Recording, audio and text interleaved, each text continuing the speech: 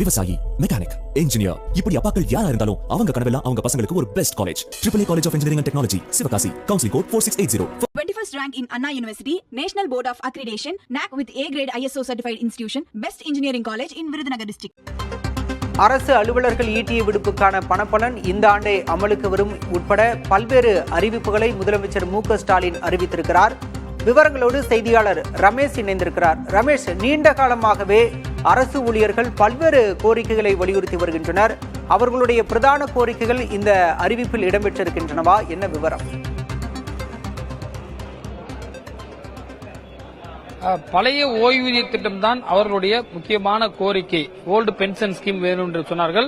ஆனால் அதுக்கு ஏற்கனவே ஒரு கமிட்டி, அதாவது மத்திய அரசு ஒரு பென்ஷன் ஸ்கீம் இருக்கு, மாநில அரசு இருக்கு. இதெல்லாம் 3 விதமான பென்ஷனையும் குறித்து ஆலோசனை செய்து அறிக்கை கொடுப்பதற்காக ககன்தீப் சிங் பேடி தலைமையில் ஒரு கமிட்டி அமைச்சிருக்காங்க. அந்த கமிட்டி ரிப்போர்ட் வந்து 9 மாசம் டைம் கொடுத்தாங்க. அதனுடைய ஆனா முன்னாடியே செப்டம்பர் மாதத்திற்குள் இந்த அறிக்கையை அரசுக்கிடம் கொடுக்க வேண்டும் என்று முதலமைச்சர் தற்போது அறிவிப்பு வெளியிட்டார். ஆனால் அதுதான் பிரதானமாக எதிர்பார்ப்பாக இருந்தது. ஆனால் முக்கியமானது பாத்தீங்கன்னா இந்த ஆண்டே இந்த ஈட்டிய விடுப்பு சரண் செய்து ஒரு 15 நாளுக்கான பணத்தை அவர்கள் பெற்றுக் கொள்வதற்கான அந்த வாய்ப்பு முதலமைச்சர் கொடுத்திருக்கார். இதனால் அரசுக்கு 3000 கோடி ரூபாய் ஆகும் என்று சொல்லியிருக்கார். அதே போல மத்திய அரசு ஊழியர்களுக்கு கடந்த 1ஆம் தேதியே ஜனவரி மாதமே அவர்களுக்கு 2% டிஏ ஹைக் பண்ணிட்டாங்க.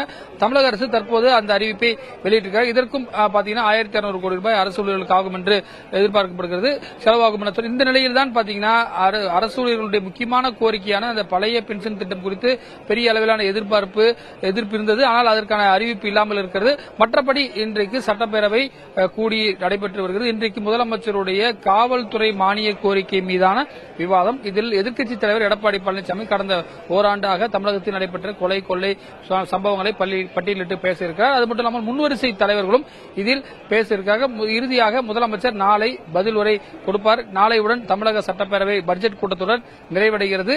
இதுதான் இன்றைக்கு நிகழ்வு. அது மட்டும் இல்லாமல் அமைச்சரவையிலிருந்து நீக்கப்பட்ட செந்தில் பாலாஜி, பொன்முடி ஆகியோர் இன்றைக்கு பேரவைக்கு வரவில்லை. அவர்களுடைய பெயர்களும் அவர்களுடைய இருக்கைகளிலிருந்து எடுக்கப்பட்டிருக்கின்றன. அதேபோல 3வது வரிசையில் இருக்கக்கூடிய மனோ தங்கராஜ் இன்று மாலை அமைச்சரானவுடன் நாளை முதல் அவர் அமைச்சர்கள் அமரும் இடத்தில் அமர்வார்கள் என்றும் எதிர்பார்க்கப்படுகிறது. பாலா, விவசாயி, மெக்கானிக், இன்ஜினியர், இப்படி அப்பாக்கள் யாரா இருந்தாலும் அவங்க கனவெல்லாம் அவங்க பசங்களுக்கு ஒரு best college. AAA College of Engineering and Technology, Sivakasi. Counseling code 4680. 21st rank in Anna University, National Board of Accreditation, NAC with A grade ISO certified institution, Best Engineering College in Virudhunagar district.